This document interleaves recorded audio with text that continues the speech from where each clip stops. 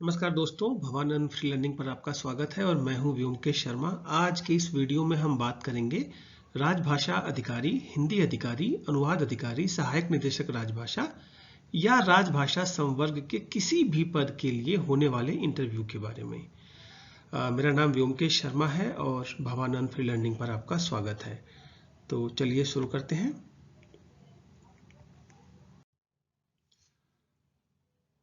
जब भी आपको किसी संस्था के इंटरव्यू के लिए बुलाया जाता है तो उसका एक बोर्ड होता है जो आपका इंटरव्यू लेता है और आपको एक निश्चित समय पर उपस्थित होना होता है। तो सबसे पहले आप ये इंश्योर करिए, सुनिश्चित करिए कि आप सही समय पर उस जगह उपस्थित हो जाएं जहां आपको इंटरव्यू देना है, सारे डॉक्यूमेंट्स के साथ। डॉक्यूमेंट वेरिफिकेशन होता है तो वो सारी आपकी फॉर्मेलिटीज है। आप समझ लीजिए क्या क्या मांगा गया है, क्योंकि उसमें अगर कोई कठिनाई होती है या उसको आप ठीक से नहीं कर पाते हैं तो आपका इंप्रेशन खराब जाता है। उसका असर इंटरव्यू में भी हो सकता है। आपका अगर शुरू में इंटरव्यू होना है और किसी वजह से बाद में होता है तो आपको बोर्ड के सामने जब आप उपस्थित होंगे तो आपको बहुत ही अजीब सी स्थिति का सामना करना पड़ेगा कि आपका तो पहले था, बाद में क्यों आए। खैर, तो बोर्ड के सामने उपस्थित होइए। उपस्थित होने का मतलब है कि आप जब अंदर बोर्ड के सामने जाएं तो अभिवादन करिए। अभिवादन हिंदी में करिए, हिंदी अधिकारी, राजभाषा अधिकारी का इंटरव्यू है तो। और अगर कोई महिला सदस्य है तो सबसे पहले उनका अभिवादन करिए और इंतजार करिए कि बोर्ड आपको क्या निर्देश देता है। बोर्ड जैसे ही कहता है कि आप बैठ जाइए तो आप बैठ जाइए। कोशिश करिए तनाव मुक्त रहने के लिए। तनाव तो होता ही है, होगा ही, क्योंकि इंटरव्यू है। तो आपको सहज रूप से व्यवहार करना है और बोर्ड भी आपको सहज करना चाहेगा। वो आपसे जो पहला प्रश्न पूछेगा वो आपको सहज करने के लिए ही पूछेगा। तो वो व्यक्तिगत प्रश्न पूछेगा। व्यक्तिगत प्रश्न का मतलब है कि आपके बारे में, आपका व्यक्तिगत परिचय, नाम, आपका नाम क्या है। नाम का अनुवाद पूछा जा सकता है कि मान लीजिए किसी का नाम अजीत है, किसी का नाम संतोष है, तो उसका अंग्रेजी में अनुवाद पूछ लिया जाएगा और उसका अर्थ भी पूछा जा सकता है। अगर कोई साहित्यिक नाम है, जैसे मेरा नाम व्योमकेश है, तो व्योमकेश का जो अर्थ होता है हिंदी में वो शिव, भगवान शिव के नाम पर है।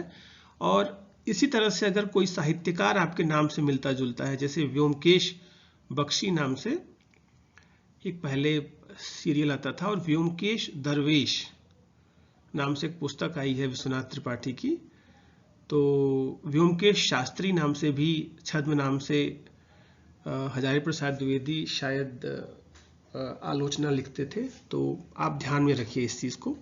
तो आपके नाम पर सवाल पूछा जा सकता है और वो सवाल आपको सहज करने के लिए पूछा जाता है। तो आप भी उस सवाल का उत्तर देते समय आपको जो भी समय मिलता है उसमें आप सहज हो जाइए, ठीक है।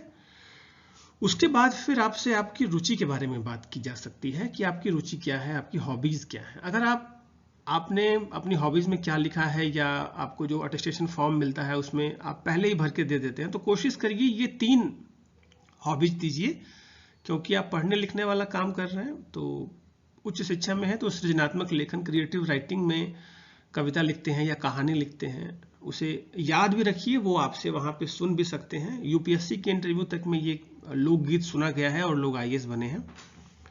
तो ब्लॉगिंग कह सकते हैं। ब्लॉगिंग पे जाकर जो समसामयिक घटनाएं हैं या कोई भी ऐसा ऐतिहासिक अवसर है उसके बारे में लिखना। डायरी लिखने के बारे में आप अपनी रुचि में दे सकते हैं कि आप डायरी लिखते हैं। तो डायरी लिखने में किन किन बातों का ध्यान रखना चाहिए, दुनिया की कौन कौन सी डायरी फेमस रही है, उसके लेखक फेमस रहे हैं। जैसे हिंदी में मोहन राकेश की डायरी बहुत फेमस रही है। ग्रामशी की डायरी, एंटोनियो ग्रामशी एक बहुत बड़े चिंतक थे, उनकी डायरी फेमस रही है। तो आपसे पूछा जा सकता है कि कुछ डायरी का उदाहरण दीजिए, आपने क्या डायरी पढ़ी है। तो तैयार होकर जाइए इन चीज़ों के लिए। आपके परिवार के बारे में पूछा जा सकता है। परिवार का मतलब कि आपके पिताजी क्या करते हैं, आपके परिवार में कितने भाई हैं, कुछ भी पूछा जा सकता है, सामान्य सी बात है। उसके बाद आपसे आपके गृह राज्य या गृह जनपद के बारे में बात की जाएगी, मतलब आप किस प्रदेश से हैं या किस जिले से हैं। फिर अगर वो जिला ऐतिहासिक रूप से महत्वपूर्ण है, जैसे अगर मान लीजिए कोई बनारस से है तो बनारस के बारे में उससे पूछा जा सकता है। वहां के पर्यटन के बारे में पूछा जा सकता है, कुछ भी पूछा जा सकता है, क्योंकि आप उस जगह से हैं। आपको उत्तर पता है तो बता दीजिए, नहीं पता है तो ईमानदारी से स्वीकार कर लीजिए कि सर मुझे बहुत ज्यादा जानकारी नहीं है इसके बारे में। कोशिश करिए कि पढ़कर जाइए आप जिस जगह के बारे में है, ये नौबत ना आए। अगला प्रश्न आपकी शैक्षणिक पृष्ठभूमि, आपका जो एजुकेशनल बैकग्राउंड है उसके बारे में पूछा जाएगा। आप बीए और एमए के दौरान जो विषय पढ़े हैं, राजभाषा अधिकारी पद की जो योग्यता होती है वो हिंदी, संस्कृत और अंग्रेजी साहित्य के आसपास ही होती है। अन्य विषय की भी होती है, लेकिन हिंदी, अंग्रेजी और संस्कृत साहित्य के विद्यार्थी अधिकांश रूप से राजभाषा अधिकारी पदों के लिए आवेदन करते हैं और चयनित होते हैं। तो आप सामान्य रूप से इन विषयों के बारे में पढ़ कर जाइए। आपके बीए या एमए के जो विषय हैं, एमए आपने हिंदी में किया है तो हिंदी साहित्य का इतिहास पढ़ लीजिए, अंग्रेजी साहित्य में आपने अगर एमए किया है तो अंग्रेजी के बारे में पढ़ लीजिए, संस्कृत साहित्य में किया है तो उसके बारे में पढ़ लीजिए। एक सामान्य जानकारी आपके पास होनी चाहिए। सामान्य का मतलब है कि कोई एक पुस्तक उठाइए और उसको देख लीजिए, एक बार रिवाइज कर लीजिए। जैसे अगर हिंदी के विद्यार्थी आप हैं तो विश्वनाथ त्रिपाठी की हिंदी साहित्य का सरल इतिहास एक पुस्तक है, उससे आपकी एक समझदारी बन जाएगी, कॉन्सेप्ट क्लियर हो जाएंगे। तो आप उसको जरूर पढ़ लीजिए एक बार, ज़्यादा कॉन्फिडेंस में मत रहिए, वहाँ पर अक्सर गलती हो जाती है। काल विभाजन भी आपसे पूछ सकते हैं, हिंदी का पहला कवि कौन है, हिंदी का पहला उपन्यास किसे माना जाता है, या फिर कुछ भी आपसे पूछा जा सकता है। जो वहाँ पे एक हिंदी के प्रोफेसर एक्सपर्ट के रूप में जरूर बुलाए जाते हैं, तो वो आपसे उनके मन में जो भी आएगा वो पूछ लेंगे। तो आप सारे प्रश्नों का सही उत्तर दें ये जरूरी नहीं है, क्योंकि इंटरव्यू में तथ्यात्मक ज्ञान के लिए इंटरव्यू नहीं लिया जा रहा है आपके, ये आपके व्यक्तित्व के परीक्षण के लिए, आपकी पर्सनालिटी को टेस्ट करने के लिए कि आप जिस संस्था में जाएंगे उस संस्था में जाने के लायक आपका व्यक्तित्व है कि नहीं है। आप एक तनाव मुक्त सहज रूप से निर्णय ले सकते हैं कि नहीं ले सकते हैं, वहाँ के परिवेश के अनुसार काम करने में सक्षम है कि नहीं सक्षम है, आपकी जो आपके गुण हैं बात करते समय या किसी भी विषय के बारे में जो आपकी समझदारी है वो आपको एक अच्छा नागरिक देश का बनाती है कि नहीं बनाती है। सामान्यतः वो यही देखना चाहते हैं कि जो कैंडिडेट है वो एक समझदार आदमी है, अतिवादी नहीं है, मध्यम मार्गी रहिए इंटरव्यू में। अगर आप हिंदी के शोधार्थी हैं तो आपके शोध का विषय पूछा जाएगा और आपके शोध से संबंधित प्रश्न आपसे पूछे जाएंगे, तो इसके लिए आप तैयार रहिए। अगर आप पीएचडी कर रहे हैं तो आपसे ये जरूर पूछा जाएगा कि आप राजभाषा अधिकारी क्यों बनना चाहते हैं, ठीक है, क्योंकि पीएचडी सबसे बड़ी डिग्री होती है, उसके बाद पीडीएफ होता है, वो एक अलग विषय है। लेकिन आप इस प्रश्न का उत्तर क्या देंगे सोच लीजिए, ईमानदार उत्तर दीजिए। मान लीजिए कि आपको नौकरी चाहिए और आर्थिक रूप से आप सक्षम बनना चाहते हैं तो इसको स्वीकार कर लीजिए कि पीएचडी, और आपका अगर यूजीसी नेट जेआरएफ है तो उस पर और दिक्कत हो सकती है कि आपका तो नेट जेआरएफ भी है, फिर आप असिस्टेंट प्रोफेसर में ट्राई करिए। आप हिंदी अधिकारी, राजभाषा अधिकारी क्यों बनना चाहते हैं, तो उसका एक ठीक उत्तर सोच लीजिए कि सारी चीजें एक दूसरे से जुड़ी हैं और राजभाषा अधिकारी या अनुवाद अधिकारी का जो पद है उस पद पर यह सामान्यता है, उस पद पर रहते हुए भी आप काम कर सकते हैं, साहित्य से जुड़े रह सकते हैं। और प्रथमतः आप इंटरव्यू देने आए हैं तो आपको रोजगार की आवश्यकता है, इसलिए आप इंटरव्यू देने आए हैं, ये ईमानदारी से वहां स्वीकार कर लीजिए बोर्ड के सामने। बोर्ड को ईमानदारी अच्छी लगती है, वो जानते भी हैं इस बात को, बनावटी उत्तर वो तुरंत समझ जाते हैं। चलिए, राजभाषा अधिकारी का काम क्या होता है ये भी आप जान लीजिए कि जिस पद के लिए आप इंटरव्यू देने जा रहे हैं वहां पे कोई भी किसी भी कार्यालय में जो हिंदी अनुभाग होता है, हिंदी सेल होता है, राजभाषा अनुभाग होता है, उसका दो काम होता है प्रमुख रूप से। एक अनुवाद करना, किस चीज का अनुवाद करना, जो कार्यालय के डॉक्यूमेंट्स हैं उनका अनुवाद करना, और मंत्रालय या पार्लियामेंट्री कमेटी से रिलेटेड बहुत सारी पार्लियामेंट सेशन में काम होते हैं उनका अनुवाद करना। और दूसरा होता है राजभाषा नीति का कार्यान्वयन। ये राजभाषा नीति किसकी है? गृह मंत्रालय का एक राजभाषा विभाग है, वरिष्ठ आईएएस रैंक के अधिकारी उसके सचिव होते हैं। वो राजभाषा विभाग एक वार्षिक कार्यक्रम जारी करता है हर वर्ष, तो उस वार्षिक कार्यक्रम के अनुसार उस कार्यालय में भारत सरकार की ऑफिशियल लैंग्वेज पॉलिसी, राजभाषा नीति को इंप्लीमेंट करना, उसको कार्यान्वित करना, अनुपालन करना, कंप्लायंस करना, ये जिम्मेदारी भी राजभाषा अधिकारी की होती है। अगर आप अकेले वहां पे रहेंगे तो आपको दोनों करना पड़ेगा, अगर एक से अधिक लोग हैं तो वो वर्क एलोकेशन उसी हिसाब से हो जाता है। तो ये आपके सामने क्लियर होनी चाहिए कि किसी कार्यालय में राजभाषा अधिकारी या अनुवाद अधिकारी का काम क्या है। अब अनुवाद के बारे में जानते हैं, क्योंकि यही काम है। तो अनुवाद क्या है, अनुवाद की परिभाषा आपसे पूछी जा सकती है, अनुवाद की परिभाषा बताइए। तो अनुवाद की परिभाषा बताते समय आप ये ध्यान रखिए कि आप शुरुआत यहीं से करिए कि किसी भी एक भाषा से दूसरे भाषा में, जो जिस भाषा से अनुवाद करते हैं उसको स्रोत भाषा कहते हैं, और जिस भाषा में अनुवाद आप कर रहे हैं उसको लक्ष्य भाषा कहते हैं। तो स्रोत भाषा से लक्ष्य भाषा में किसी पाठ को संपूर्ण रूप से स्थानांतरित कर देना बिना उसका अर्थ बदले। एक सामान्य परिभाषा है, आप याद भी कर सकते हैं परिभाषा को, लेकिन सहज और सरल भाषा में बात करेंगे तो ये जाएगा मैसेज कि आपने रट कर उत्तर नहीं दिया है, आप इसके कॉन्सेप्ट से वाकिफ हैं। अनुवाद, इसको आप कहीं भी पढ़ सकते हैं, डॉक्टर नगेंद्र की एक पुस्तक है अनुवाद विज्ञान, उसमें एक चैप्टर इस पे है, उसको पढ़ लीजिए किताब आपके पास हो तो। और एक सामाजिक बदलाव में अनुवाद की भूमिका एक चैप्टर है, उसमें डॉक्टर निर्मला जैन ने लिखा है, रीता रानी पालीवाल ने लिखा है, इग्नू की प्रोफेसर रही हैं। तो सामाजिक बदलाव में अनुवाद की भूमिका, वो और अनुवाद की परिभाषा के बारे में आप उस पुस्तक से पढ़ लीजिए। अनुवाद विज्ञान डॉक्टर नगेंद्र की पुस्तक है, ठीक है। एक अच्छा अनुवाद क्या है? एक अच्छा अनुवाद वही है जो पढ़ने में अनुवाद न लगे। पढ़ने में अनुवाद नहीं लगने का मतलब क्या है कि आप उसमें कठिन शब्दों का इस्तेमाल नहीं करें, जो सामान्य सहज सरल बोलचाल की भाषा है उन शब्दों को इस्तेमाल करें, उन शब्दों का प्रयोग करें ताकि लोगों को वो समझ में आ जाए, ठीक है।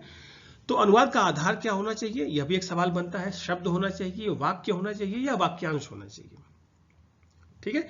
वर्ड होना चाहिए, सेंटेंस या पैराग्राफ। तो पैराग्राफ के आधार पर अनुवाद जब आप करेंगे तो आप भाव का अनुवाद करेंगे। शब्दानुवाद क्लिष्ट हो जाता है, कठिन हो जाता है, समझ में नहीं आता है। तो जब आप फ्रेज के आधार पर अनुवाद करेंगे, वाक्यों के आधार पर अनुवाद करेंगे, उससे ज्यादा व्यापक अर्थों में आप पैराग्राफ का अनुवाद करेंगे तो आप भाव का अनुवाद करते हैं। तो ये आधार होना चाहिए वाक्यांश, पैराग्राफ अनुवाद होना चाहिए। अच्छा अनुवाद क्या है? वही जो पढ़ने में अनुवाद न लगे। ये सवाल आपसे पूछा जा सकता है, इंटरव्यू में अक्सर पूछा गया है लोगों से, कई लोगों की तैयारी मैंने कराई है, उनका सिलेक्शन भी हुआ है। तो ये सारी चीजें आई हैं, बार बार आई हैं। अच्छा, अगला प्रश्न है, आपने अनुवाद की कौन सी पुस्तक पढ़ी है? ठीक है, तो आप डॉक्टर नगेंद्र, मैंने बताया अनुवाद विज्ञान, दिल्ली माध्यम कार्यान्वयन निदेशालय, दिल्ली विश्वविद्यालय ने पुस्तक छापी थी। अनुवाद की पहली प्रामाणिक पुस्तक थी, संपादित पुस्तक है। ये पुस्तक आप लोग ले लीजिए, अपने आसपास पता कर लीजिए किसके पास है। चलिए, आपसे शब्दों के अनुवाद पूछे जा सकते हैं और वाक्यों के अनुवाद भी पूछे जा सकते हैं, तो इसके लिए आप तैयार रहिएगा। हालांकि आपके ज्ञान की परीक्षा जो आपने ऑब्जेक्टिव और सब्जेक्टिव परीक्षा दी है उसमें आपके ज्ञान का टेस्ट हो चुका है, लेकिन फिर भी वहां पे पूछा जा सकता है। तो पारिभाषिक शब्दावली, वैज्ञानिक एवं तकनीकी शब्दावली आयोग की एक शब्दावली आती है, उसको आप देख सकते हैं या ऑनलाइन भी आप इन चीजों को पढ़ सकते हैं। चलिए, राजभाषा नीति का कार्यान्वयन, दूसरा काम मैंने बताया। पहला काम क्या था? अनुवाद करना। तो राजभाषा नीति किसकी? गृह मंत्रालय के राजभाषा विभाग की। किसके आधार पर? वार्षिक कार्यक्रम के आधार पर। यह हर वर्ष जारी होता है। हर कार्यालय को वार्षिक कार्यक्रम का पालन करना होता है, उसमें कुछ टारगेट होते हैं। आप राजभाषा, गृह मंत्रालय के राजभाषा विभाग की वेबसाइट पर जाइए, तो एनुअल प्रोग्राम और वार्षिक कार्यक्रम नाम से 2021-22 का होगा, उसको डाउनलोड कर लीजिए। अंग्रेजी हिंदी दोनों में है, उसको कोशिश करिए, एक बार पढ़ लीजिए और चीज़ों को समझ लीजिए। अगर आपको वहाँ कुछ समझने में दिक्कत होती है तो आप कमेंट बॉक्स में मुझसे बताइए, मैं उस पर आपको अलग से बता दूंगा कि वो चीज़ें क्या हैं जो आप नहीं समझ पा रहे हैं। चलिए, इंटरव्यू में आपसे हिंदी के बारे में सामान्य प्रश्न भी पूछे जा सकते हैं, जैसे विश्व हिंदी सम्मेलन कब हुआ था? पहला कब हुआ था? पिछला विश्व हिंदी सम्मेलन कब हुआ था? ठीक है, तो जो पहला विश्व हिंदी सम्मेलन हुआ था वो 10 जनवरी को हुआ था। कहाँ हुआ था? नागपुर, महाराष्ट्र में 1975 में इंदिरा गांधी ने उद्घाटन किया था। इसी को चिन्हित करने के लिए 10 जनवरी को विश्व हिंदी दिवस मनाया जाता है। तो यह भी एक प्रश्न है, विश्व हिंदी दिवस कब मनाया जाता है? दिवस को लेकर दो प्रश्न है, विश्व हिंदी दिवस और हिंदी दिवस। विश्व हिंदी दिवस 10 जनवरी को और हिंदी दिवस 14 सितंबर को। तो ये जरूर पूछा जाएगा, जहां तक मुझे मेरा अनुमान है। हिंदी दिवस कब और क्यों? तो 14 सितंबर को प्रत्येक वर्ष मनाया जाता है। क्यों मनाया जाता है? क्योंकि 14 सितंबर 1949 को भारत की संविधान सभा ने, कॉन्स्टिट्यूएंट असेंबली ने हिंदी को राजभाषा का दर्जा दिया था। ठीक है, तो ये आप याद रखिए कि हिंदी को राजभाषा का दर्जा दिया था संविधान सभा ने, और 14 सितंबर 1949 को दिया था, इसलिए 14 सितंबर को हिंदी दिवस मनाया जाता है। एक और प्रश्न हो सकता है कि विश्व के अन्य देशों में हिंदी की क्या स्थिति है? जैसे विश्व हिंदी जो दिवस मनाया जाता है वो हिंदी के प्रचार प्रसार के लिए मनाया जाता है। हिंदी को एक अंतर्राष्ट्रीय भाषा के रूप में विकसित करने के लिए मनाया जाता है, विकास की भाषा के रूप में विकसित करने के लिए मनाया जाता है। तो ये सारे देश हैं जहाँ पे प्रमुख रूप से हिंदी एक दूसरी भाषा के रूप में, मॉरिशस में तो भोजपुरी भी बोली जाती है। आपको वहाँ पे आप जाएंगे तो आपको ड्राइवर या मेट सब भोजपुरी में बात करते हुए मिल जाएंगे, यूपी बिहार की बिल्कुल उसी टोन में, गुयाना, सूरीनाम, त्रिनिडाद टोबैगो और फिजी में। ठीक है, चलिए अगला प्रश्न हो सकता है कि पुरस्कार के बारे में। तो नोबेल पुरस्कार, साहित्य के क्षेत्र में नोबेल पुरस्कार किसको मिला? ज्ञानपीठ पुरस्कार किसको मिला? नोबेल अंतर्राष्ट्रीय पुरस्कार है, ज्ञानपीठ और साहित्य अकेडमी ये भारत के पुरस्कार हैं। ज्ञानपीठ पुरस्कार कितनी भाषाओं में दिया जाता है? साहित्य अकेडमी पुरस्कार कितनी भाषाओं में दिया जाता है? तो उसमें हिंदी में भी दिया जाता है। ज्ञानपीठ तो खैर एक ही है, साहित्य अकेडमी अलग अलग भाषाओं में दिया जाता है। तो हिंदी में किसको मिला ये आप पढ़ लीजिएगा। हिंदी के बारे में सामान्य जानकारी देख लीजिए कि क्या चल रहा है आपके आसपास। किसी भी सामान्य ज्ञान करंट अफेयर्स की पुस्तक को उठा लीजिए, उसमें देख लीजिए हिंदी के बारे में क्या जानकारी है, या ऑनलाइन पढ़ लीजिए। यूनिकोड, यूनिकोड क्या है ये भी पढ़ लीजिए। अच्छा, अनुवाद की सॉफ्टवेयर, मंत्रा एक सॉफ्टवेयर है राजभाषा विभाग का, वो जान लीजिए। और बहुत सारे सॉफ्टवेयर हैं। मशीनी अनुवाद, उसी संदर्भ में एक शब्द आता है। मशीनी अनुवाद क्या है? मशीन के माध्यम से जो अनुवाद किया जाता है, जैसे गूगल ट्रांसलेशन, उसको आप वही समझिए। तो ये सारे प्रश्न बनते हैं। चलिए, राजभाषा से संबंधित संवैधानिक प्रावधान क्या क्या है? भारत के संविधान के भाग 17 में अनुच्छेद 343 से 351 तक राजभाषा संबंधी प्रावधान है। तो इनको आप एक एक अनुच्छेद को पढ़ लीजिए। खास तौर पर 351 जो अनुच्छेद है वो संपर्क भाषा के रूप में हिंदी के प्रचार प्रसार की बात करता है। 351 और 343 में कहा गया है कि हिंदी देश की राजभाषा होगी और लिपि देवनागरी होगी। ये सब संस्थाएं हैं। केंद्रीय अनुवाद ब्यूरो, इसकी स्थापना और उद्देश्य क्या है? राजभाषा आयोग एक गठित हुआ था, उसकी स्थापना कब हुई थी, उसके मेंबर कौन कौन से लोग थे, उसके काम क्या हैं, क्या काम थे उसके उस समय, क्या उसने रिकमेंडेशंस दी थी, ये आप पढ़ लीजिए। केंद्रीय हिंदी समिति के बारे में पढ़ लीजिए। सब कुछ आपको ऑनलाइन मिल जाएगा, आप वहां से पढ़ सकते हैं। ये राजभाषा विभाग वही है गृह मंत्रालय का जो वार्षिक कार्यक्रम जारी करता है और पूरे देश के सभी कार्यालयों में राजभाषा के कंप्लायंस के लिए, राजभाषा के अनुपालन के लिए ये उत्तरदायी संस्था है। ठीक है, ये गृह मंत्रालय की संस्था है, गृह मंत्री के निर्देशन में सारा काम होता है। चलिए, वैज्ञानिक एवं तकनीकी शब्दावली एक आयोग है, इसके बारे में भी जान लीजिए। आर.के. पुरम में है दिल्ली में। और भारत में कितने हिंदी विश्वविद्यालय हैं? जैसे महात्मा गांधी अंतर्राष्ट्रीय हिंदी विश्वविद्यालय या अटल बिहारी वाजपेयी हिंदी विश्वविद्यालय भोपाल में है, तो वो भी पूछा जा सकता है, वो भी आप पढ़ लीजिएगा। तो ये सारे प्रश्न आपसे पूछे जा सकते हैं। अगर आप कहीं काम कर रहे हैं तो आपसे ये पूछा जाएगा कि आप वो संस्था क्यों छोड़ना चाहते हैं जहां पे आप काम कर रहे हैं। ठीक है, और आपके पास, अगर आपके पास अनुभव नहीं है तो आपसे ये पूछा जा सकता है कि आपके पास तो एक्सपीरियंस ही नहीं है, बैंकों में तो बहुत काम करना पड़ता है, जाते ही काम करना पड़ेगा। तो इन प्रश्नों का उत्तर आपस में डिस्कस कर लीजिए, आपके आसपास जो भी लोग हैं। और क्योंकि वीडियो बहुत बड़ा हो जाएगा अगर मैं विस्तार से उन पर बात करूंगा तो। चलिए, अगर आप IBPS का इंटरव्यू दे रहे हैं तो ये सारी बातें आपके ऊपर लागू होती हैं। जो पिछली बातें थी वो किसी भी इंटरव्यू पर लागू होती हैं। अगर आपका इंटरव्यू IBPS का अभी इंटरव्यू होने वाला है तो आपसे बैंक के कामकाज के बारे में बात की जाएगी। बैंक में काम कैसे होता है, ठीक है। बैंकिंग शब्दावली के बारे में बात की जाएगी। बैंक की जो शब्दावली होती है, जैसे अकाउंट कितने तरह का होता है, कितने प्रकार का होता है, फिर उसकी हिंदी आपको पता होनी चाहिए। रिकरिंग डिपॉजिट, ठीक है, उसकी हिंदी पता होनी चाहिए। सेविंग अकाउंट, करंट अकाउंट, ये सारे जो शब्द सामान्य शब्द हैं, लेन देन, निकासी, जमा करना, तो ये अंग्रेजी हिंदी का जो खेल है वो समझ लीजिए, कंफ्यूजन मत रखिएगा, लिख लीजिए, इसको लिखकर याद कर लीजिए। और बैंकों से संबंधित सामान्य ज्ञान आपसे पूछा जा सकता है, ठीक है। अंतरराष्ट्रीय स्तर पर भी जो बैंक हैं, संस्थाएं हैं, उनको भी देख लीजिएगा।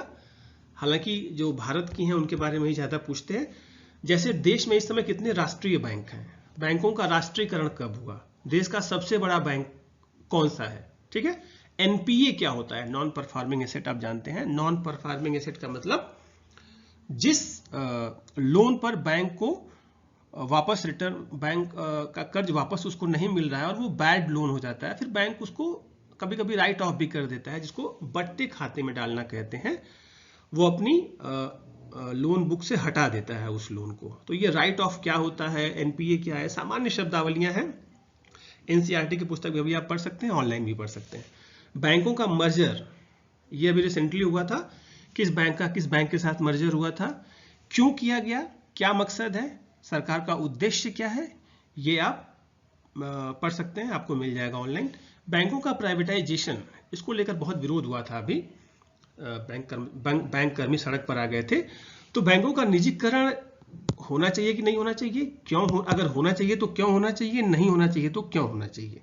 आपके पास अपनी बात का लॉजिक होना चाहिए और आप इसको पढ़कर समझ लीजिएगा प्राइवेटाइजेशन की पॉलिसी को, क्योंकि सरकार ने इस पर कोई स्टैंड क्लियर नहीं किया इस सेशन में।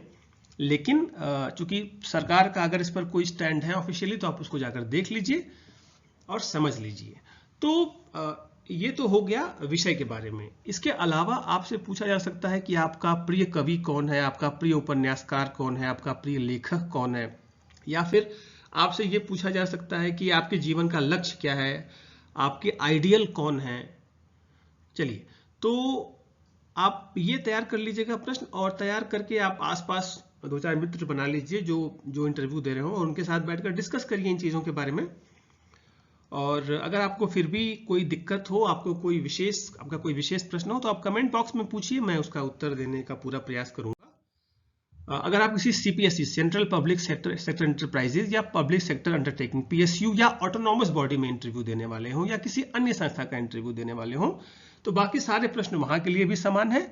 सिर्फ उस संस्था के बारे में जहां का इंटरव्यू आपको देना हो, उसकी वेबसाइट पर जाइए और अबाउट अस सेक्शन में जाके पढ़ लीजिए कि वो संस्था क्या काम करती है, उस संस्था का प्रॉफिट क्या है, वो संस्था कहां कहां प्रेजेंट है देश में, और वो किस मंत्रालय के अंतर्गत आती है। ठीक है, उसका मिशन क्या है, विजन क्या है, उसका काम क्या है, उसका प्रॉफिट क्या है, ये सब आप उसकी वेबसाइट से पढ़ सकते हैं अबाउट अस सेक्शन में, और फाइनेंशियल प्रोडक्ट्स या एनुअल रिपोर्ट में जाके आप देख सकते हैं। ठीक है, तो ये रहा राजभाषा अधिकारी, हिंदी अनुवाद अधिकारी या सहायक निदेशक राजभाषा पद के लिए इंटरव्यू की तैयारी कैसे करें। आपको ये वीडियो कैसा लगा कमेंट बॉक्स में जरूर बताइए। मैं आपको यह भी बता दूं कि मैं इस चैनल पर हिंदी साहित्य से संबंधित यूजीसी नेट जेआरएफ और असिस्टेंट प्रोफेसर से संबंधित परीक्षाओं के ऑब्जेक्टिव प्रश्नों की दृष्टि से वीडियो बनाकर अपलोड करता हूं। आप उनको भी देखिए और अपने कमेंट बताइए। अगर आपको चैनल अच्छा लगता है तो सब्सक्राइब करिए। धन्यवाद।